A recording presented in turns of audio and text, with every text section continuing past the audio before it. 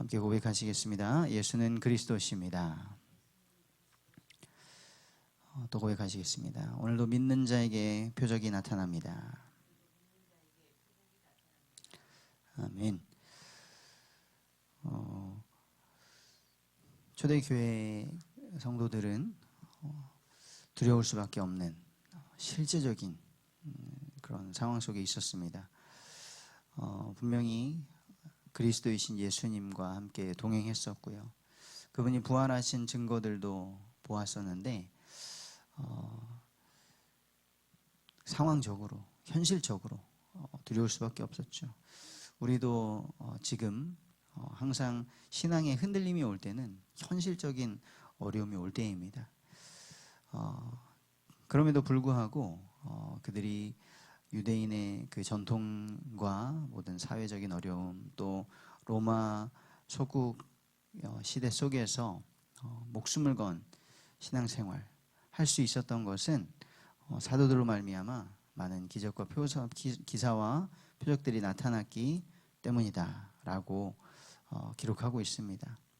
그들은 실제로 어려움을 당해서요, 로마 313년이 될 때까지는 정말 땅굴을 파고 들어가서 신앙생활을 해야만 했을 정도로 어려움이 있었습니다. 지금 그 신앙이 지켜져서 2000년이 지나고 이 한반도 땅에도 복음이 전파되었는데요. 이 작은 한반도 땅도 남과 북으로 나뉘어서 완전히 신앙생활을 하는 모습이 다릅니다.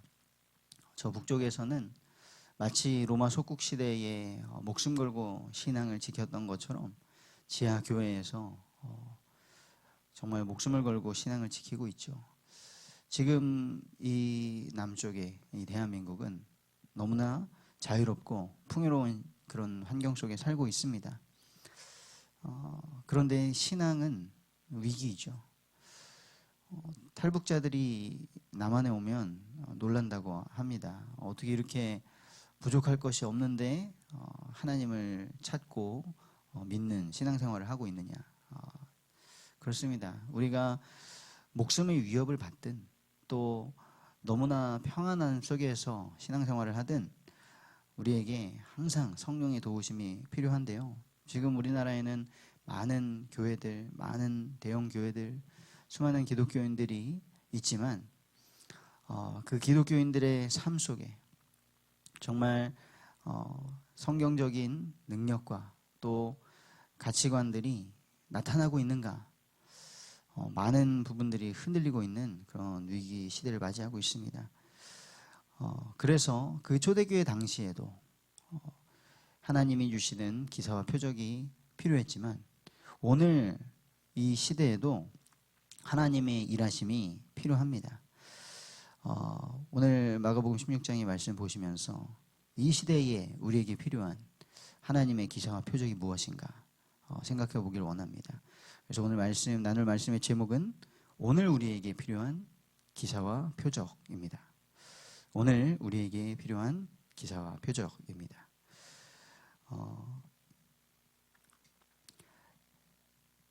마가복음 16장 오늘 읽었던 말씀은 부활하신 주님이 마지막으로 제자들에게 남겼던 말씀이시죠.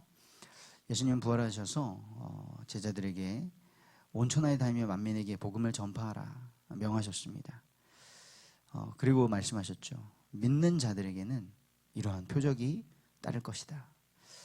근데 우리가 먼저 기억해야 될 것이 있습니다.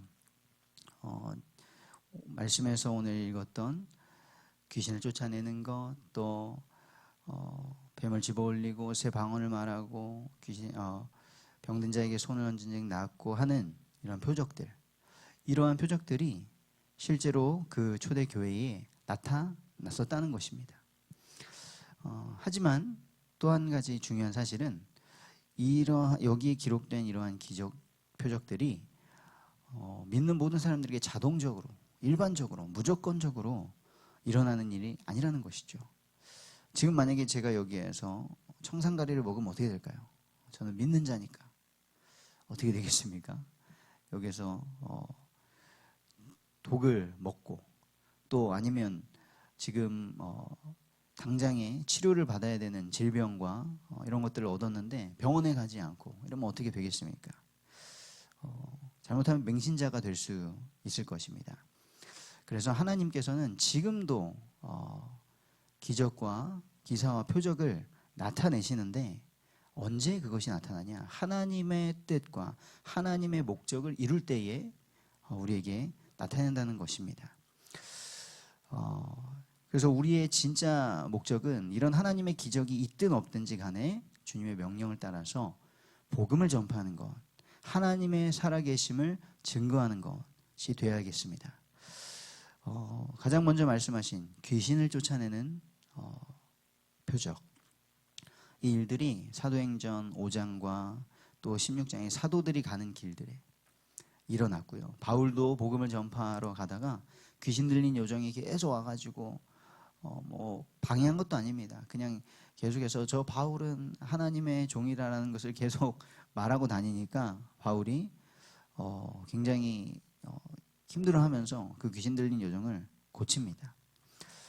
이렇게 예수 그리스도의 이름으로 귀신을 쫓아내는 일들이 초대교회에도 있었고 나타났는데요. 오늘날에도 실제로 귀신 들리는 사람들이 있죠. 정말 귀신에 사로잡혀서 점을 치고 있는 무속인들도 있고요. 지금도 우리나라에 실제로 등록된 무속인들이 너무나 많은데요. 그런데 우리 주변에 귀신 들려서 돌아다니는 사람보다 더 많은 형태는 그 귀신이 교묘하게 우리의 감정과 우리의 생각을 파고들어서 우리 인생이 계속해서 파괴되는 길 쪽으로, 하나님과 멀어지는 길 쪽으로 가는 그런 일들을 하고 있다는 것입니다. 실제로 신앙생활하는 저희도 많이 느끼죠. 분명히 예배 시간에는 은혜를 받고 아멘 하면서 결단하고 성전을 나섰는데 그때부터 벌써 말씀이 온데간데 사라지고 조금만 나의 자존심이 건드려지고 나의 현실적인 문제가 오면 말씀이 생각나지가 않는 것입니다.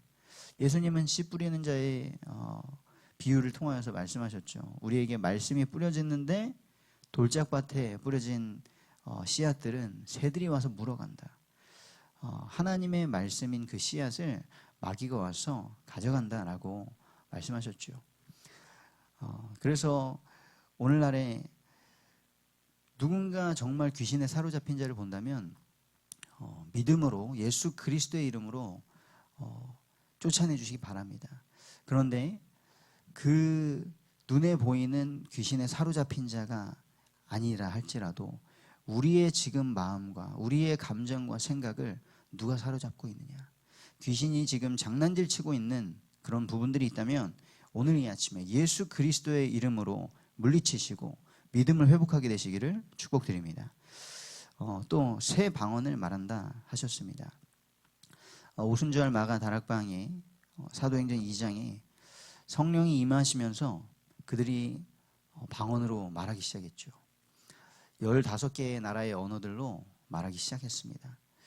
또 베드로가 환상을 보고 고넬료, 이방인 고넬료의 집에 갔을 때 그곳에서 고넬료의 그 온 가족에게 복음을 전했는데 성령이 임하시면서 그들도 방언으로 말하기 시작했습니다. 여기서 중요한 것은 그 방언으로 말할 때에 거기에 있던 사람들이 이들이 하나님을 높이는구나, 하나님의 위대한 일들을 말하는 것을 알았다는 것입니다. 우리에게 방언이 필요한 것은 무엇이죠? 하나님의 일을 높이기 위해서 필요한 것입니다. 그런데 오늘 이 날에도 우리에게 방언이 주어지죠. 하지만 더 중요한 사실은 우리의 입술에서 어떤 말이 나오고 있냐는 것입니다. 분명히 생명의 이 복음을 듣고 생명의 주인이신 예수 그리스도를 믿게 되었는데 우리의 입술에서는 아직도 불신앙과 또 비방하는 말과 또 어쩔 때는 미신적인 말들이 너무나 쉽게 쏟아져 나오는 것을 보게 됩니다. 어떠한 상황이 터졌을 때, 현실적인 문제가 닥쳤을 때에 우리의 입술에서 어떤 말들이 나오나요? 분명히 잠언 18장에서는 죽고 사는 것이 혀의 힘에 달렸다라고 말씀하고 있습니다. 우리가 하나님의 백성이 되고도 옛 죄인 되었던 그 체질의 말들이 나오지 않는지 우리가 점검해 보기를 원하고요. 우리의 입술이 하나님을 찬양하고 하나님의 영광을 선포하는, 복음을 전파하는 도구가 되도록 기도하기를 원합니다. 세 번째로는 뱀을 집어 올리고 무슨 독을 마셔도 해를 받지 않는다고 하셨습니다. 실제로 사도행전 28장에서 바울이 로마로 후송되는 그런 과정 중에서 독사에 물리는 일이 생깁니다. 그래서 그곳에 있던 원주민들이 놀라죠. 이제 저 사람 곧 죽겠구나. 그런데 바울은 그 뱀을 떼어내서 불에 던지고요. 아무렇지도 않습니다. 그때 거기에 사람들이 놀라죠. 실제 어떻게 저게 가능하냐. 하나님께서 나타내 주신 증거였습니다. 또 사도행전에 독을 마셔서 해를 당한 일은 없었지만 그 목숨이 위협을 받는 많은 일들이 사도들에게 또 초대교회에 일어났습니다. 그렇지만 하나님께서는 그들이 감옥에 끌려갈 때든지 그들이 돌을 맞을 때든지 풍랑 속에 있을 때든지 어떠한 목숨이 위협받는 일 가운데서도 하나님은 함께 하시고 지키시고 그들을 통하여서 복음이 증거되어지게 하셨습니다. 오늘날에도 많은 이런 어려움들이 오는데요. 지금 이 시대에는 우리가 예수 그리스도를 믿는다고 해서 복음을 전파한다고 해서 우리의 목숨이 위협받는 그런 일들은 있지는 않습니다. 하지만 선교지에서는 실제로 지금도 사회주의 국가, 공산주의 국가에서 복음을 전하는 목회자들을 독살하려고 물에다가 독을 타기도 하고 이런 일들이 일어난다고 합니다. 지금 우리 이 대한민국 시대에서 오늘을 살아가는 우리에게 이것은 어떤 것이 있을까요? 지금 우리의 신앙생활은요, 조금씩 숨통이 조여오고 있습니다. 어떻게 그러고 있습니까? 반성경적인 문화들, 분위기들, 그리고 이제는 심지어 그런 법들이 만들어지고 있습니다. 이러한 상황 속에서 우리의 신앙생활이 우리의 신앙이 조금씩 숨통이 조여오고 있는 것이죠. 과연 우리의 이러한 현실 속에서 우리가 여기에 끌려가는 것이 아니라 우리가 여기에 중독되어서 지금 나의 신앙이 죽어가고 있는지도 모르는 그런 것이 아니라 오늘 하나님의 말씀으로 우리가 깨어나고 분별하고 그리고 정말 우리가 믿음을 선택해야 될 때 앞으로 어떤 시대가 더 악하게 더 힘들게 올지 모르지만 승리할 수 있을지 그것이 우리가 어떻게 하나님의 말씀을 붙잡느냐 어떻게 결단하고 복음을 전파하느냐에 달려있는 줄 믿습니다. 지금 읽어가고 있는 다니엘서에서도 이 다니엘과 세 청년들은 생명을 걸고 자신들의 믿음을 지켰죠. 믿음 지킨다? 그러면 사자굴에 던져지는 거야. 너 하나님 믿는다고 한다? 그러면 풀무불에 던져지는 거야. 라고 했지만 그들은 하나님께서 우리를 지키실 것이다. 하지만 그렇지 아니할지라도 나는 이방의 신을 우상 숭배를 할 수 없다라고 고백하면서 믿음을 지켰을 때에 하나님께서 그들에게 표적을 나타내셨습니다. 그리고 그 이방인 왕들도 하나님의 살아계심을 고백하게 되었죠. 오늘 이러한 일들이 저와 우리 성도님들의 삶에 일어나기를 원합니다. 그리고 마지막으로 병든 자에게 손을 얹은즉 나으리라 하셨습니다. 지금은 사실 우리나라에서 병들었다고 해서 기도를 받기보다는 보통은 병원을 가게 되죠.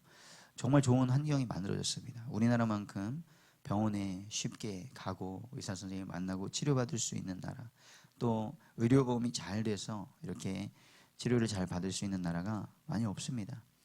하지만 초대교회 때부터 지금까지도 병든 자들이 치유되는 것, 이것은 굉장히 큰 하나님께서 나타내시는 표적이었습니다. 우리 하나님은 치유하시는 하나님이십니다. 그런데 놀랍게도 이 21세기에 우리나라에 그렇게 많은 병원들이 있음에도 불구하고 끊임없이 불치병과 난치병과 사고들이 일어나고 있습니다. 저희 어머니도 뇌경색이 오시고 병원에 가셔서 늘 놀랐던 게 뭐냐?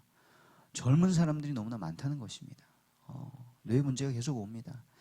또 저도 복음을 전하면서 10대, 20대 청년들을 보는데 정신적인 어려움들 만나가지고 젊었을 때부터 우울증약, 불면증약, 또 정신과 치료 받는 청년들이 계속해서 늘어나고 있습니다.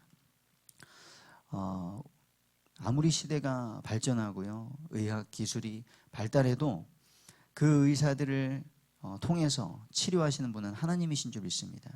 그 약을 통해서 치료하시는 분은 하나님이신 줄 믿습니다. 우리가 이 생명의 주인 되신 하나님을 믿으면서 오늘도 몸과 마음의 병든 자들을 믿음으로 기도해 주시고 하나님께서 나타내시는 치유의 기적을 맛보게 되시기를 바랍니다. 결론입니다. 우리에게 오늘 필요한 하나님의 기사와 표적이 무엇일까요? 이렇게 말씀하셨습니다. 믿는 자들에게 표적이 나타난다고 하셨습니다. 사랑하는 성도님들, 저와 성도님들에게 오늘날 정말 믿음이 있는지 하나님 앞에서 질문해 보기를 원합니다. 우리의 믿음을 흔드는 것은 무엇인지 생각해 보고 하나님 앞에 기도하기를 원합니다. 하나님께서 이 표적을 나타내신 것, 믿는 자들에게 나타난다고 하셨는데요. 우리에게 믿음이 생기기 위해서 어떻게 해야 될까요? 로마서 10장 17절에 믿음은 들음에서 난다라고 하셨습니다. 그리고 그 들음은 그리스도의 말씀으로 말미암는다고 하셨죠. 우리가 매일 하나님의 말씀을 듣고 읽고 묵상하기를 원합니다. 그리고 우리의 삶을 그 말씀 위에 세워서 우리가 반석 위에 세워진 집같이 흔들리지 않는 믿음 하나님께 선물로 받기를 원합니다. 그리고 두 번째로 이 표적이 언제 나타났냐? 복음을 전파하는 그 현장에서 나타났습니다. 예수님 말씀하셨죠. 너희는 만민에게 온천하에 다니며 만민에게 복음을 전파하라. 그리고 마가복음 16장 20절의 결론이 그들이 두루 다니며 복음을 전파할새 하나님께서 표적을 나타내셔서 그들과 함께 하심을 나타내셨다 말씀하셨습니다. 오늘 하나님께서 우리에게 복음을 전파하기를 원하는 그 현장, 그 영혼들이 있습니다. 하나님께서 나에게 주신 이 구원의 은혜를 감사하시면서 우리가 전해야 될 나의 복음을 준비하시기를 바랍니다. 그리고 우리의 가정 가문에 또 우리가 오늘 가는 그 현장에 있는 영혼들의 이름을 부르시면서 복음이 전파되기를 기도하기를 바랍니다. 오늘도 하나님께서 믿는 저와 우리 성도님들에게 하나님의 살아계시는 기사와 표적을 허락하실 줄 믿습니다. 그 응답의 증인 되시기를 주님의 이름으로 축복합니다.